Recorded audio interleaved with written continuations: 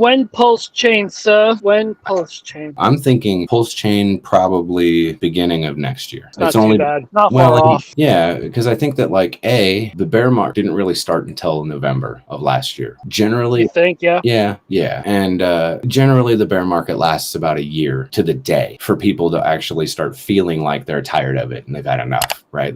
Everybody's already bought the bottom as much as they could. The market makers have already scared and shook out everybody that they can by increasing the parabolic low, pretty much. I can almost guarantee that everybody in this room has at some point in time during this bear market regretted some of the decisions that they made during that last little run of the bull market. They're like, oh, okay, I'll give you an example. I threw in about $30,000 at about 18 cents on Hex. So you'd think that maybe somewhere in my head I would go, well, that was probably a mistake because I kind of knew that we were on the downtrend and yet I still did it anyway. But in my point of view, I know how this all works. To be able to get the contract for Uniswap available so you can actually legally do stuff with the V3 version, it only makes sense that they would wait for that anyway. It's going to help all of us out if they do that. Implement the code now. While they're already working on all this stuff, implement the code now, not through an actual public testnet, but through a private testnet where they already have it all ready to go. So they can just let it go and start it right away. And then they don't have to worry about any legal implications and they don't have to do any actual work or bot and all in private testnet to know that it all works. And then they can just vampire attack all the liquidity instead of just part of it. It only makes sense and it's the best thing for all of us to have that happen. So we're at least looking at October. November would be the technical end of the bear market, but with the bear market kind of dragging along the way that it is, I think the liquidations that have been recent of these big giant players have kind of like made it look like the end was close. But now they're just going to around with this sideways bumping along, up a little, down a little, but still on this downward trend for a few more months to come. So maybe November, maybe just a little bit after November, maybe around October, right? Because we never really hit the lows. There wasn't a blow off top. And since there wasn't what everybody expected to have a blow off top in the first place, then we may not have that low like what Richard Hart is calling for 10,000 BTC. It may only go to 14,000 and maybe like the last bull run kind of people when they thought that instead of 3,000 or 4,000 BTC on the low end, that it was going to go all the way down to 1,000. Well, it never did. And there's a lot of people that got left in the dust because of that. But I still think that the best case scenario for Pulsechain is to not launch now, not launch in a month from now or 2 months from now, but to just wait till the end of the year. Wait until at least October so you can at least finish the code how it needs to be properly handled in the first place, especially since that the end of that copyright agreement is going to come to fruition. And even if Uniswap at that point in time, if we're banking on that and Uniswap at that point in time decides to re-up and evaluate their code, like change their code, get some lawyers, reevaluate the copyright for another couple of years, then at that point in time, I'm pretty sure that Richard Hart and his team can just go say you and make all new code again for a V3 version, and then they just won't vampire it, but they'll have their own V3 version. And on top of it, those holders that are in Uniswap that have Uniswap tokens, the majority of those guys are all hexagons. The reason why Uniswap got to where it was mainly because Richard Hart promoting it and telling hexagons to go in there and utilize their protocols. And you can see it in the data from how Uniswap was trading, that was all pretty much from Richard Hart. So all those airdrops that got dropped out to, the majority of all those airdrops going to liquidity providers and holders were all hexagons. So they pretty much damn near control all of Uniswap. So if they stop and sell all their tokens, they can easily just dump Uniswap and then go right over to this other protocol because Richard Hart said so. So they have some vices, some like pretty much the proverbial hands around the throat of a lot of crypto right now, Richard and his team. I think that it's highly likely that for the sake of Pulsechain, that you could speculate that it would be smart to, be a billionaire and then launch in the bear market where he himself could manipulate the entirety of all of Pulsechain and all the alts that are involved on his own to be able to make it look like the highest, most appreciating thing that's going on during a bear market. Look at this. This thing that we just launched isn't even affected by the bear market, even though it is. And it would take a little bit amount of energy, economic energy, to keep that charade up, right? That Fugazi moment. And I think people were like saying these things out loud, like in public, like, yeah, you should just do this because you got enough that you could just keep it up, right? And make everyone, and then suck everybody into this side over here, thinking that some people are going to actually dump the speculation through the markets, right? And then just move over to Pulsechain. But I think it would be a hell of a lot more economically friendly and a lot more smart to not do that. Just wait till the actual bottom, and then let the markets drag everybody up. You don't even have to spend any extra money. He wouldn't even have to use a bunch of economic wealth to be able to pump the prices. Just the economic wealth of all the markets going back up on the trend reversals will do it all on its own. And then the economic wealth that he has, he can maximize that whenever he wants, because obviously if you have so much money and you're going to speculate and buy a product, it's going to be your own. So I don't see why he wouldn't do it that way. It makes a lot more sense to do it that way. So I would say that, maybe like November at the earliest, maybe Christmas, maybe a month afterwards, because if the code for Uniswap and the V3 and the AMM fixer bots all going to have to be redone again, and then more testing is going to have to be done on testnet for all those again, then you're probably going to want to take maybe a month or two to test it out for everybody and make sure that the shit that you just changed is all going to work properly. Which, I mean, the AMM fixer bots pretty much like run it 10 times and then you'll know if it's working correctly and then it's over with. But they still have to re-implement all the code for the V3 side. So maybe Christmas Day, that would be pretty awesome, right? Knowing that you're just having the trend reversal a month prior, things are starting to look good, people are speculating, and then boom, you could launch Pulsechain. And then because of Pulsechain, it's going to have an economic swing, right? Where the markets will respond just because of that. And then Richard Hart can sit on a platform and say and tell everybody without needing any facts, because it isn't even provable, but he can still say it, that the bear market trend reversed because of Pulsechain. And he will forever and ever stand on that podium and say that I called the bottom and I called the top and I called the bottom and I caused the bottom because of Pulsechain, which people are going to get more. I mean, even Bloomberg and all those other entities that are out there that have trading TA sites on them and ranking sites and shit like that are going to have to look at Richard Hart and go, well, fuck, they're going to have to. Can do a 15,000x within a year and a half. We've heard of the debates for 10,000x and under. Is there a magic carpet ride price appreciation? And that would be the next step of 15K. Because I'll start it off. Bottom line, Hex did it in a year and a half, and it only started with a community of 20,000. We're starting with 100,000 a community. That's 5x the community right off top. That power of that airdrop, the world's, biggest airdrop, that power for onboarding is going to be crazy. It's just, there's going to be people spreading the word for like 3-4 months. Every day people are going to be like, hey, did you get your, airdrop? What's Pulsechain? And then, in order to go ahead and do anything, you're going to have to buy Pulsechain to do any of that stuff. So that onboarding right there is just going to be crazy. You start doing research on it and then bam, you find out how valuable that Pulsechain is. That adoption is going to be crazy. That's why, I can't see nothing other than vertical insanity for the first 6 months. Jeez, we got to get this thing launched. 10,000x. We're blowing. You heard him in that interview with the director too. They started kicking around when would it be better if we could launch this documentary and then launch Pulsex and film the launch and do this and do that. So he could have been playing games all along, or it could be real. Documentary's just gonna be a nothing burger. It'll be all right, but I hope it's gonna get exposure. If you're going to make something like that and show the success of the last project to compel people that see this documentary, you sell it to Netflix, you sell it to wherever, and you get it close to launch. Doesn't matter when you get it, but they were discussing specifically in a conversation is what about these people that see this documentary? You don't want them to see it and then Pulsechain launched a year ago. I mean, it doesn't matter, but it'd be good. It'd be better if it didn't happen that way. Part of the doc is going to be the launch, right? 6 months out after the doc. It's still going to be out. So, you want to see the launch in the doc, not create a doc and then launch. Yeah, well, you could do. They were scheming on that. If you go back and watch the last stream with the director, they were scheming on how to do that. How do you get them close? Not exactly film the launch, but film the development up to and whatever, and leave it open for launch. So I see that this Pulsechain is a fork of Ethereum. So I'm wondering what my best bet would be. Would it be to buy Hex and then go from there, or just continue from Ethereum? All right, it's a good question. But if you're interested in getting a copy of any of your ERC20s, you will be getting a copy of those. So there's that. It is believed in the Hex community that Hex will have the most liquidity on the Pulsechain side, being that it is the Richard Hart project. There is talk about it coming to parity. We don't really necessarily know at what price, right?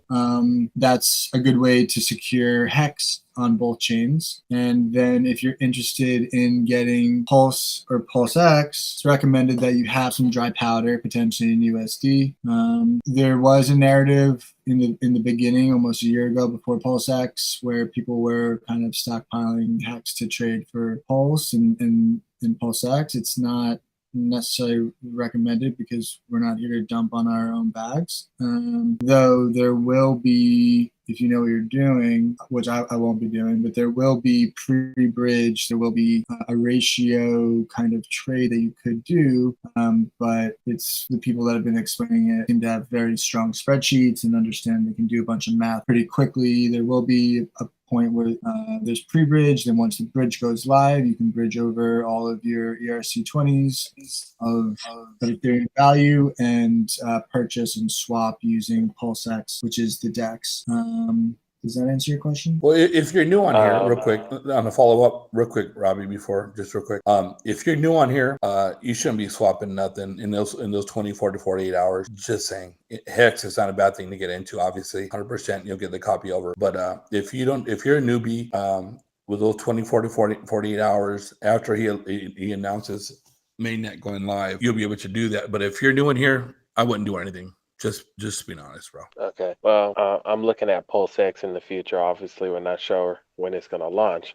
Heard about Pulsex not too long ago. Obviously, I missed the whole sacrifice phase, so that's pretty much water on the bridge for me. But I would like, join this in the future. But I hear what you're saying. Go ahead and keep my ERC20s. Swap whenever Pulsex goes live.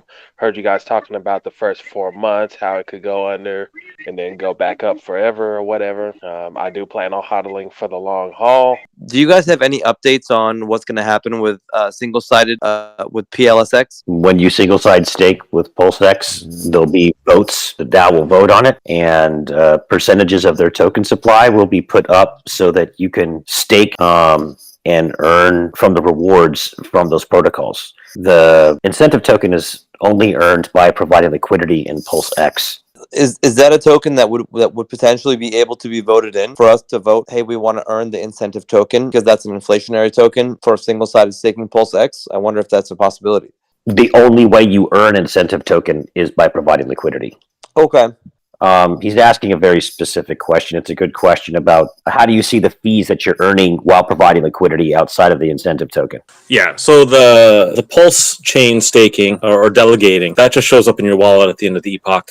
It's hard to spot sometimes because, most of the time it's, some fraction of a number and you just don't necessarily notice it. Pulsex, if you're doing liquidity pool, if you're providing for the liquidity pools, if you just get more tokens the same way. I know there's going to be some more websites, more platforms that are coming out though. I'm sure there'll be some tools, shortly, if not by launch, but shortly after launch. From what I understood from what you just said, Profex, is that there are people that are looking to build like a website that is going to be like similar to like TradingView or PooCoin or these other websites that can actually help track the price of the assets. Is that what you were saying? Because that's something that I think would definitely be helpful in the early days to sort of track the prices of all these different assets on Pulse Chain. Yeah, I think from what I've seen, they're going to have some charts in there. You're really going to be able to put in your positions, right? Of cool. Where you bought, where you sold stuff. I think he's going to try to actually get it hooked up directly to the blockchain, so you can just put in a wallet address. It's a question of where is he going to get the data from? The data is not free, so he's just trying to figure out, I think, some of the logistics behind that. But like I said, there's probably going to be a few different ones, and we'll just have to see which one we like the best. Just like Hex, has lots of just community built sites. I'm sure Pulse Chain will have, a ton.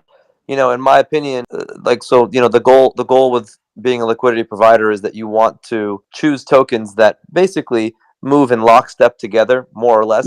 Yeah. Because that's going to help you reduce the risk of impermanent loss. And so, in my opinion, I think that, pairing up Pulsex and Pulse, I think they will move relatively together. If one of them goes up, I think both of them will likely go up. If they go down, I think they're both going to likely go down. So that way it'll help reduce, that impermanent loss, more or less. And so that was the sort of what I was saying about the tips and tricks. I think that's one pair that I think should be good. Like, for example, I don't know if you pair up Hex and PLS in a liquidity pool, like those might move a little bit more independently, in my opinion. I don't know. Yeah, I'm very curious to see, what are going to be the different tokens that are available for single-sided staking on Pulsex, because obviously that's going to be, less risk.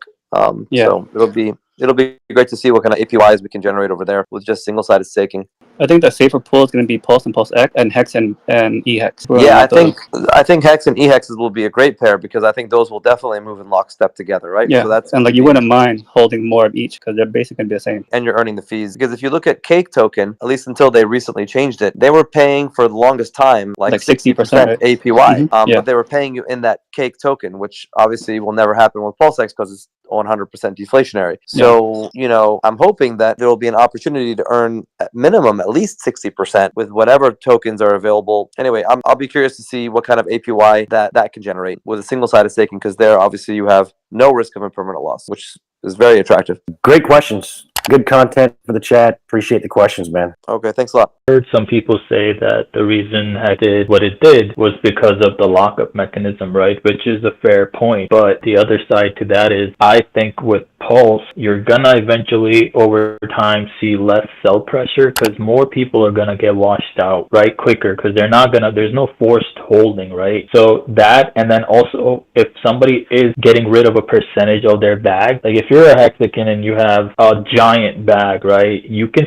scrape interest off, or you can even sell some of it off, and eventually in a year, 2 years, you'll get it back, right? But Pulse, once you sell it, you better hope that it comes back down enough to where you can, get it back, or, it's gone forever. So I think that's definitely in favor of Pulse as far as less sell pressure over time, and the fact that it's deflationary, not inflationary like Hex. And can I just add to that? It also depends on how quickly user behavior will change with Pulse. We know that we saw user behavior changing with Hex.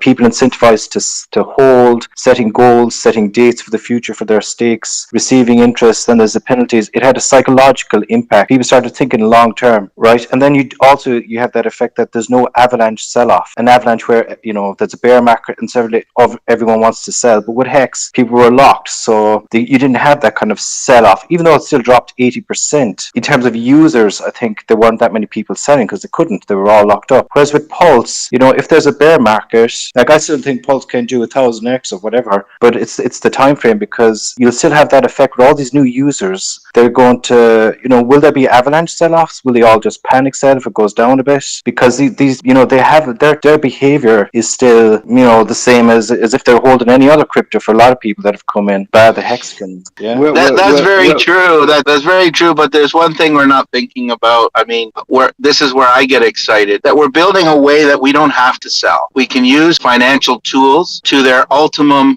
design. So imagine if you had Pulse, which appreciated, or Pulsex. Pulsex, you've got all these great farming tools and mechanics that the price alone can go up. But with Pulse, imagine if you had a chance to take advantage of the asset appreciation and then do what most rich people do, and that is extract value out of that asset increase through a collateralization, and then use that collateralized finance not to buy a Lambo, not to do degen, but to take those funds, put them back into Hex, buy long-term stakes, short-term stakes, generate passive income, and then use passive income to just live your daily life. And now you have this cycle, this wonderful cycle where you've got the perfect asset that's appreciating, you collateralize that, use the funds to buy in another product like Hex that has a perfect generation of passive income, and now you're getting a monthly or bi-weekly paycheck to live your life without destroying anything, without selling anything. Momentum that is just going to flood the market. We've got 8 months worth of potential onboarding that has been held or delayed because of crazy ETH fees. So we've had so many people who want to get in but can't or won't, or decided to delay because of the amount that they have to pay for this. And so what happens when Pulse Chain is released? You're going to have this mountain of new onboards that have decided, okay, now's our time to get in. Absolutely. I was going to say, Sorry, Crypto Goose, when you were talking about collateralizing your gains,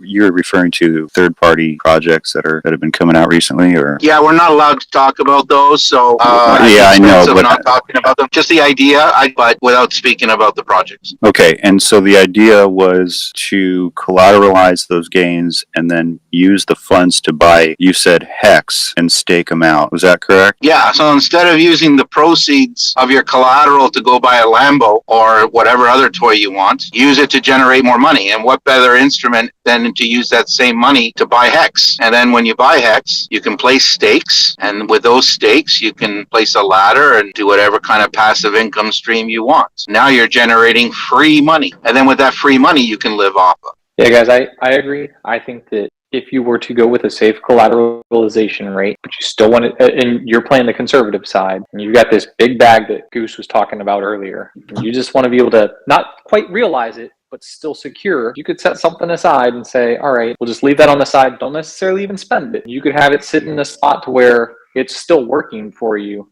but it's not in a volatile coin, something a lot more stable. But should you start seeing the market taking a downward turn, if it's in a very stable coin, you're able to go right back and buy your pulse back, and you're good. You don't have to worry about being liquidated.